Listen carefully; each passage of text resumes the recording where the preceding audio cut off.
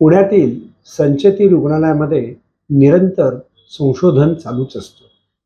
यावेळेला त्यांनी संशोधनातून समाजामध्ये गरजेचं असलेलं स्ट्रोक या आजारावरती रेडी सेंटरही उपस्थित केलं आहे.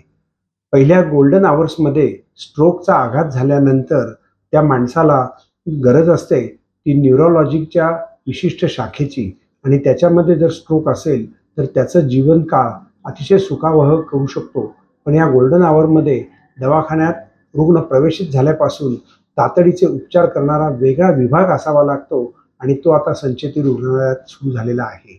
याविषयी डॉक्टर पराग संचेती यांनी दिलेली ही माहिती. नमस्कार, मी डॉक्टर पराग संचेती आणि ही आपली पूर्ण न्यूरोलॉजी टीम आज या ठिकाणी आहे. आज आपण संचेती हॉस्पिटलला स्ट्रोक रेडी सेंटर म्हणून जाहीर करतोय.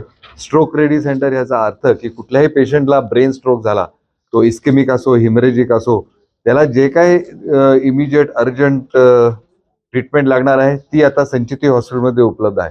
संचेती हॉस्पिटल हे सांध्यांसाठी आणि हाडांसाठी प्रचलित आहे, पण आजपासून कुठलाही प्रकारचा स्ट्रोक कुठल्याही रुग्णाला झाला तर तो स्ट्रोक आपण संचेती हॉस्पिटलच्या कॅज्युअलिटीमध्ये अतिशय उत्कृष्टपणे ट्रीट करू शकतो.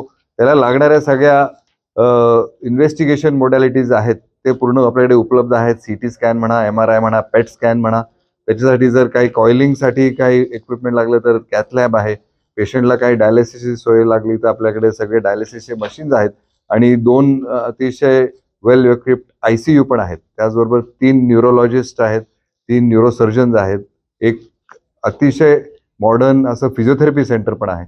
त्यामुळे आज मला खूप आनंद होतोय की संचेती हॉस्पिटल हे एक स्ट्रोक रेडी सेंटर म्हणून आज कार्यरत राहील, आणि कुठलाही पेशंट या क्षणापासून जरी संचेती हॉस्पिटलच्या कॅज्युअलिटीत स्ट्रोकसाठी आला तरी तो नक्कीच बरा होऊन जाईल.